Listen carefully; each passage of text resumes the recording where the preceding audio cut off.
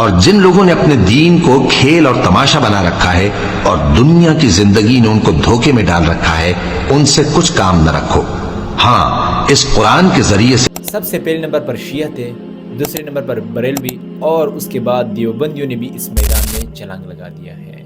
جی ہاں، میں بات کامیابی کا نہیں کر رہا ہوں، بلکہ بات کر رہا ہوں بے حیائی کا اور بے دینی کا۔ معذرت کے ساتھ میں تمام فرقوں کا دل سے احترام کرتا ہوں، کسی بھی فرقے کو ٹارگٹ نہیں کرتا ہوں، لیکن چند ایسے خرافات ہیں جو آہستہ آہستہ سا پھیل رہے ہیں، اور اس کا نتیجہ اور اس کا رزلٹ بہت برا ہوگا۔ لہٰذا بات کو مکمل سنیے اور اپنا رائے ضرور دینا ہے۔ آج سے تقریباً 100 سال پہلے انگریزوں نے بھی، ہندوؤں نے بھی اور مسلمانوں نے بھی اپنی عورت کو پردے میں رکھا تھا۔ آہستہ آہستہ یہ سسٹم تبدیل ہو گیا، اور سب سے پہلے مسلمانوں میں جنہوں نے عورت کو پردے سے ہٹایا وہ شیعہ تھے۔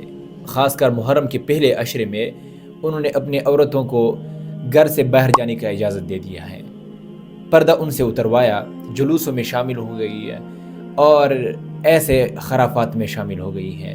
آہستہ آہستہ اب ان کی کیا حالت ہو رہی ہے، بھاگ رہی ہوتی ہیں، دوڑ رہی ہوتی ہیں۔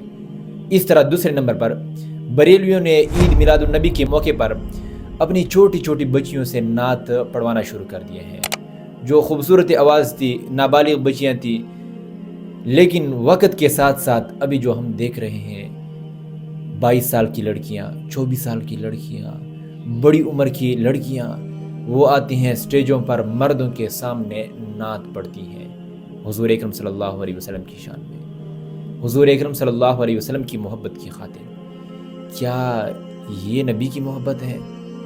نبی نے تو اس انداز سے منع کیا ہے، تو پھر آپ کس کی محبت کی خاطر مردوں کے سامنے آ جاتے ہو؟ میک اپ لگایا ہوا ہے، اپنے آپ کو سجایا ہے، نعت پڑھ رہی ہے حضور اکرم صلی اللہ علیہ وسلم۔ اگر آپ کو حضور اکرم صلی اللہ علیہ وسلم کی سیرت معلوم ہوتا تو آپ بالکل ایسے نہ کرتے۔ نبی علیہ السلام نے تو عورت کو اونچی آواز سے بولنے کو منع کر دیا ہے کہ آپ کی آواز اتنی اونچی نہ ہو کہ کوئی غیر مرد سنے، لیکن آپ تو غیر مردوں کے سامنے آ جاتے ہو، چہرہ کھلا ہوا ہے، نعتیں پڑھتے ہو۔ آہستہ آہستہ یہ خرافات بہت آگے بڑھ جائیں گی، پھر افسوس کا کوئی فائدہ نہیں ہوگا۔ مائک سے زیادہ آپ سب کی آواز آنی چاہیے۔ السلام علیکم ورحمۃ اللہ۔ اس کے بعد دیوبندیوں نے بھی اس قدم میں پاؤں رکھ دیا ہے۔ پہلے چھوٹی بچیاں، نابالغ بچیاں آتی تھی، نعت پڑھتی تھی، جو لوگ پسند کرتے تھے، لیکن اب 16 سال 18 سال کی لڑکیاں بھی میدان میں آ گئی ہیں اور نعتیں پڑھتی ہیں، نظمیں پڑھتی ہیں، روک تامنے والا کوئی بھی نہیں ہے۔ پختونخوا باندې هر قسم عذابونه راغلل۔ آج تو یہ نعتیں پڑھ رہی ہیں، کل سے معاملہ الٹ بھی ہو سکتا ہے۔ ابھی ان خرافات نے نیا نیا سر اٹھایا ہے، اس پر روک تام کیا جا سکتا ہے، لیکن آہستہ آہستہ یہ شدت اختیار کر لے گا اور اس پر روک تام کرنا ناممکن ہو جائے گا۔ مجھ سے اکثر میرے دوست کہتے ہیں کہ آپ ایسی بات نہ کیا کریں۔ میں کہتا ہوں کہ اگر کسی کا اصلاح کرنا ہو، کسی کو شرمندہ کرنا ہو کہ ایسے کام سے گریز کر لیں، تو پھر بات کھل کر کریں، کسی سے ڈرے نہ۔